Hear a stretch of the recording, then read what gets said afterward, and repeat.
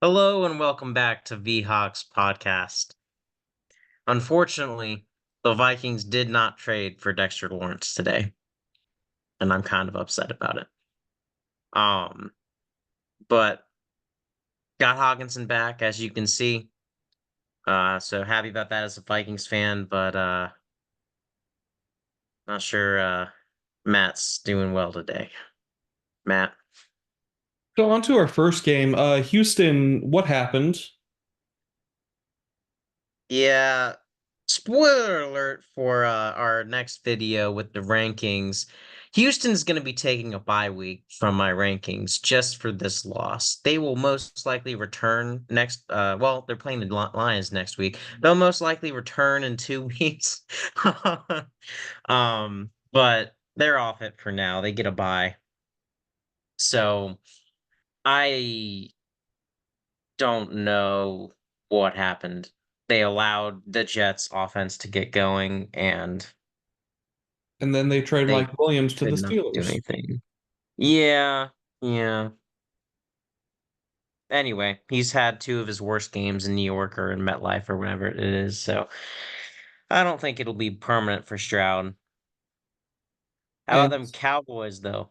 speaking of trading for a wide receiver, Dallas gets the wide receiver from Carolina after they decide that they might be putting Dak Prescott on IR. Jerry Jones came out and said that today that they are thinking about that. They're lucky CeeDee Lamb escaped without having a serious injury, but who knows if he's going to miss time. Atlanta, you almost choked this game away against Cooper Rush. That's kind of unacceptable to me. But you did enough to put yourself in a good place to start with. I think this was more of the Cowboys just suck more than Atlanta's a good team, but that's just my opinion. Um, Anything you want to say? Not really. Dallas has been severely underperforming. Atlanta's actually doing well. I just Cooper Rush, they did not have a game plan for him, much like you said. So And then Buffalo, you beat Tua again, but Tua luckily didn't get concussed again. Um, yeah, you wanted a field goal, which is interesting how well or how much they dominated the Dolphins in Miami. And this game was only by three. It's a division game. You're facing them twice, and I don't know how many weeks. So there are those factors there, but yeah, but yeah, their offense is finally getting back on track, which is good, but they're so far behind in the division that Buffalo's probably gonna have that wrapped up this month. yeah. Um, and Miami, I mean, they've got a long way to climb to get themselves back into the wild card conversation. I think they can do it as long as Tua stays healthy, but But they're gonna have to it's be basically perfect every single, yeah, and that's they have tough. to be almost perfect, and they need everybody else to drop some games. Like it's gonna be tough, but I think it's doable. Speaking of Um, offenses and getting back, but probably, eh, Cincinnati's still kind of in it. They're hovering around 500, so if they win on Thursday, that could be a bounce back for them. Cincy, you beat the Raiders, cool. That's kind of all I gotta say about that. yeah, I don't know. The Bengals still have not impressed me this season, No, it's a so two-win team again. They keep beating up two-win teams, um, unless it's the Patriots. Um, yeah. you Week have to one win it. Bengals. Chargers at Cleveland. I think we overestimated Browns after beating the Ravens. It was definitely division weirdness. Yeah. The I saw Chargers, the score to this game and I was like, oh, yeah, yeah, Chargers are good though. Like I don't really know how their schedules really played out. I don't think they've beaten anybody too terribly good, but they've been consistent. I will say that. So, and they've got a good record. So If they keep building on it, they might be in the playoff conversation. I don't think they'll go far whatsoever, but at least getting there after what's been happening is definitely good. I mean, hey, Brandon Staley leaving, Harbaugh coming. It seems like it's already working out. Like, here's the teams who they've beaten. Raiders, they suck. Panthers, they Hmm. suck. They lost to the Yeah, Steelers. They lost to the Chiefs. They beat the Broncos, who will get to the Broncos, but Baltimore absolutely slammed the doors off of them. yeah, Um, Cardinals, they lost to, which that's a good team. They beat the yeah. Saints, which they just fired their coach, to Right, the delight of Saints fans. And then they beat the Browns, who aren't great. right. So I mean, they're beating the teams who they have to beat or they should beat, yeah, but they haven't really beaten anybody impressive though. yeah, and that's the thing, though. I mean, you can only play the schedule that's in front of you. The Chiefs are, they're not going to beat the Chiefs. Um, the Steelers are a tough team, so they probably weren't going to beat them there. Arizona, they Cardinals were are up actually looking and good. on at that point, but I exactly as of right now, they're really good. So I mean, they're hopefully they'll get a test that they'll actually be able to win.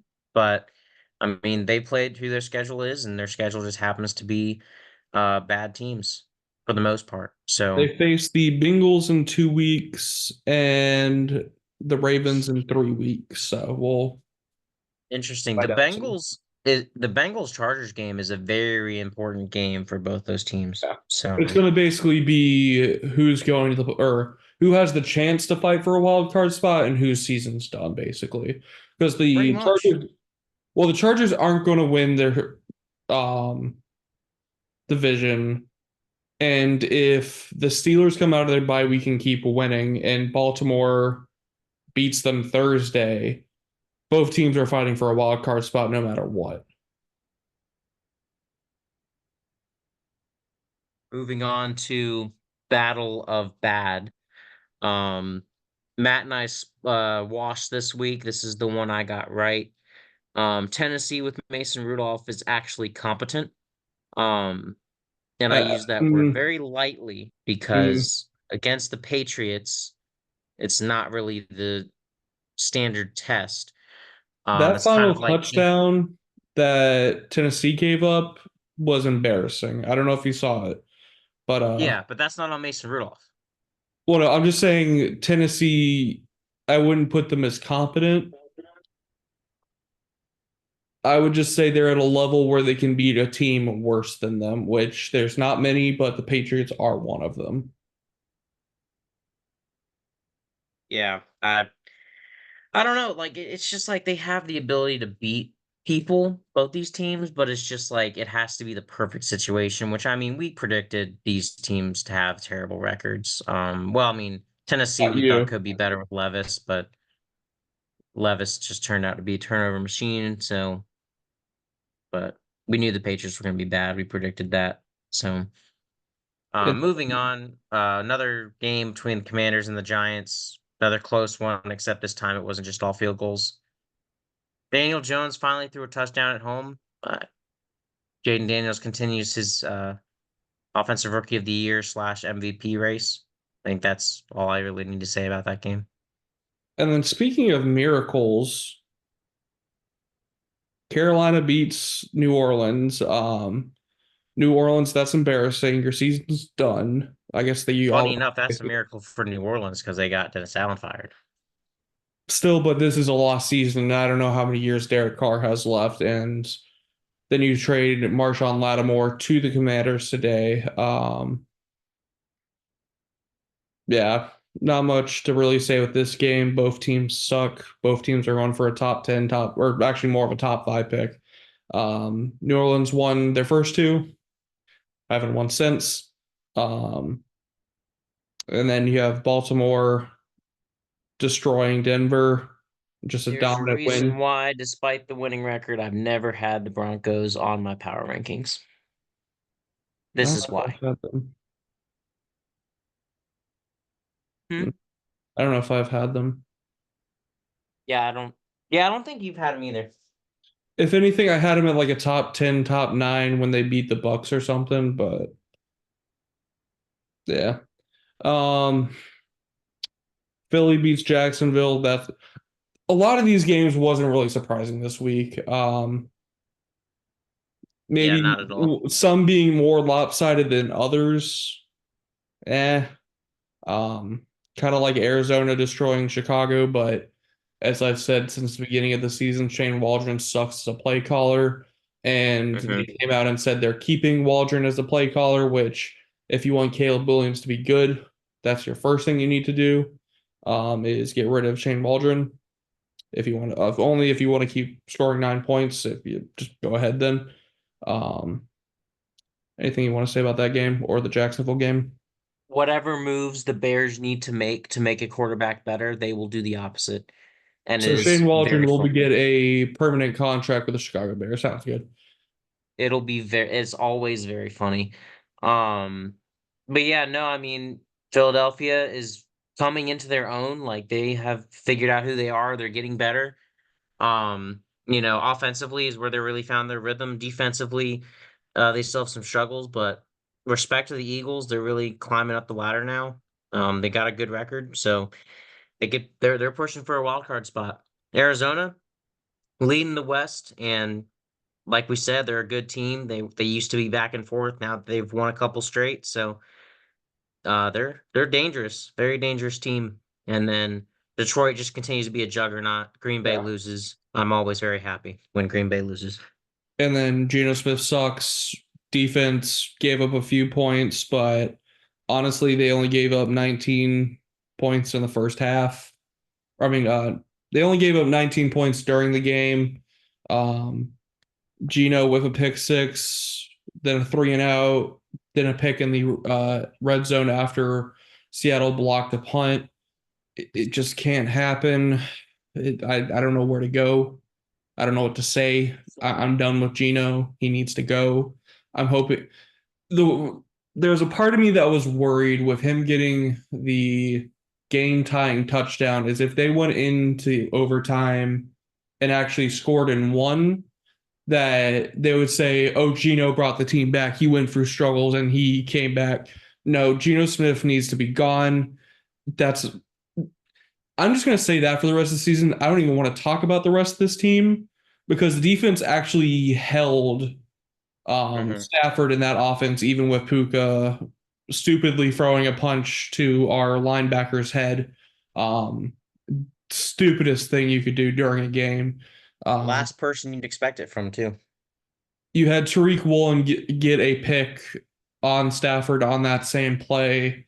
Um, yeah, the defense gave up points here and there, but if I were to tell you that they only gave up 20 points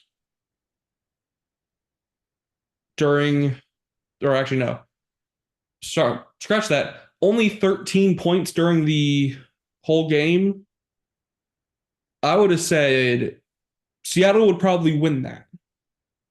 Yep. And they couldn't even do that because Geno Smith gives them a pick six at the goal line. And then another pick to Kitchens later. He's got to stay out of the kitchen. Geno's not cooking anymore. No, I would rather have Russell Wilson back right now. Well, yeah, he's because he's playing well. Would you rather have had him last year back? Yes. There you go. All right, my Seahawks reaction. Defense, as you said, played very well.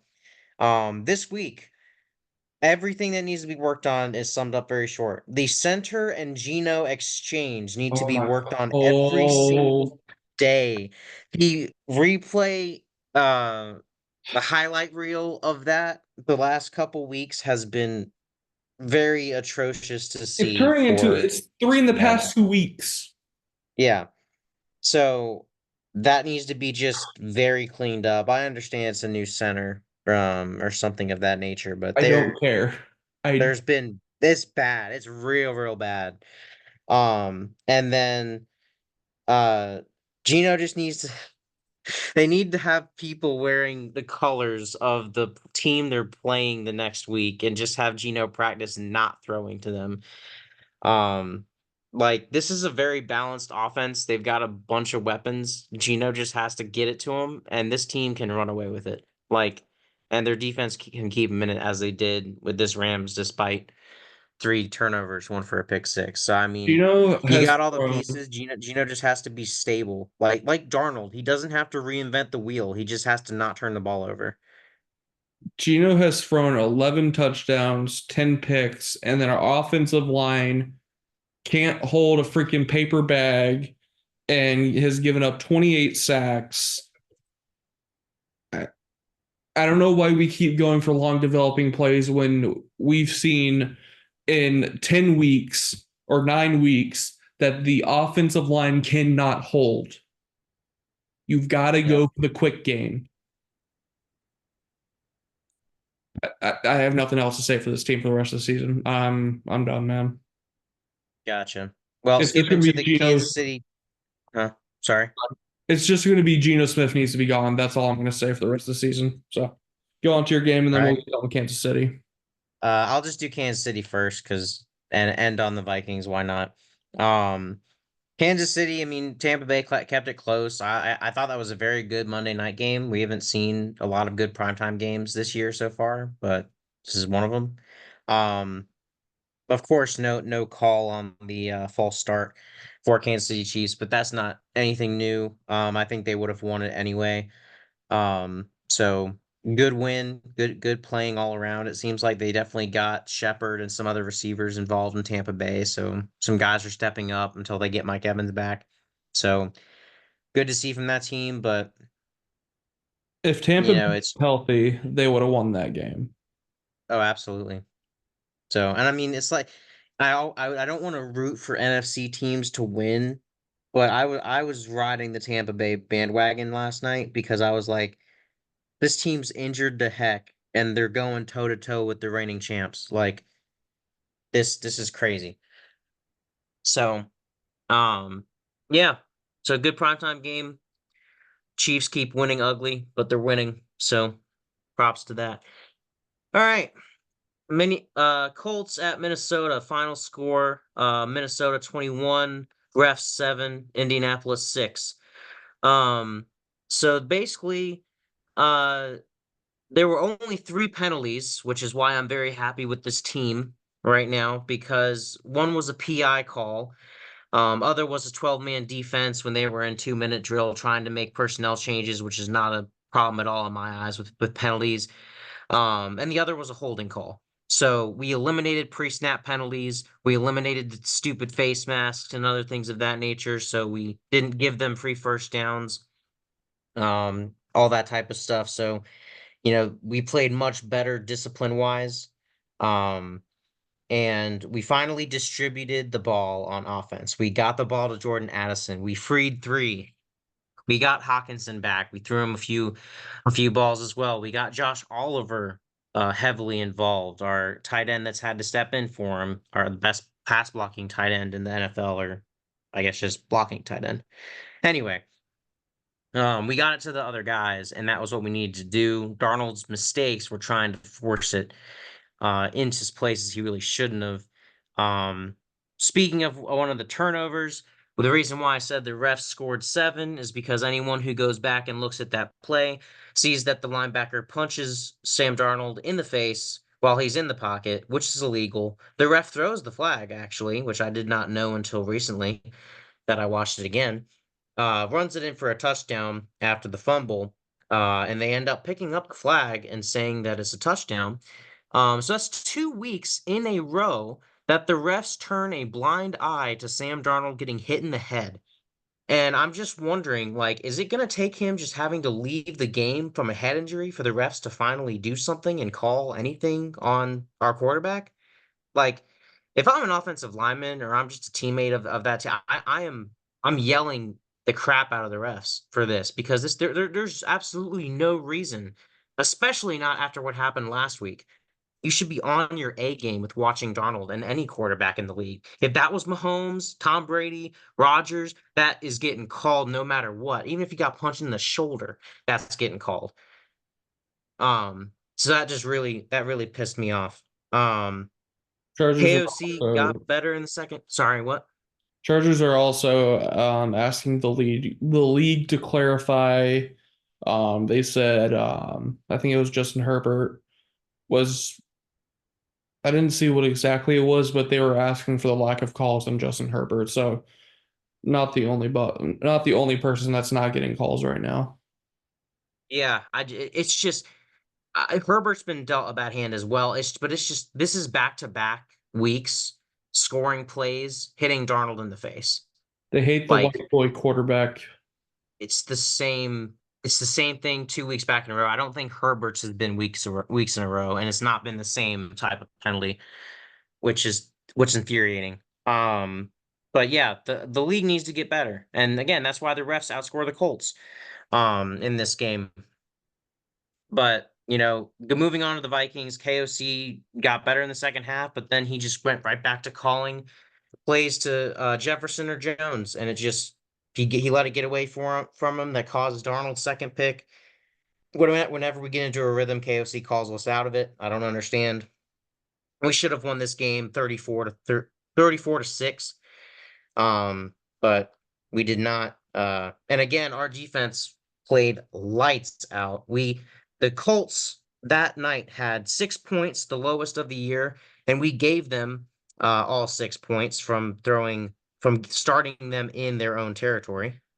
Or sorry, no, actually we gave them one field goal they got on their own at the end. So we gave them 3 points essentially on defense. Zero red zone drives, their lowest of the year. 13 first downs, their lowest of the year. 227 yards of offense, their lowest of the year. And 0.35 EPA per play, their lowest of the year. So, yeah, we definitely shut down the Colts, which is hard to do with Jonathan Taylor in the backfield. And Flacco is supposed to be the answer. That might not be true, or the Flores' defense is too good, or both.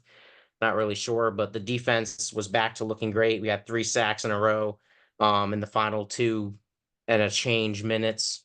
Um, so we're back to where we needed to do. Darnold needs to just keep dishing it out to the playmakers. Blake Cashman coming back should really make this defense better as Van Ginkel we can go back to edge rushing. He's been dropping into pass coverage a lot, and that's why we haven't been as good as we were on our 5-0 start. So once we get him back, it should be great. And Hawkinson, I think, is really going to open that up once Darnold gets used to him. So we bounce back 6-2. Let's keep the pedal on the metal. Let's keep winning. We got a 3-game road streak. We got the Jags, the Titans, and the Bears. Let's see if we can't get three straight wins on the road. Must be nice. We can't even win at home, so yeah. Well, that'll do it for this one. We'll be back for our power rankings and then on to our predictions for the next week. Luckily, Seattle has a bye week finally, so I can stop seeing them lose for their fifth time they'll pass 6 games. Um, Vikings bounce back, Seattle suffering, and the pain continues. Peace. Peace.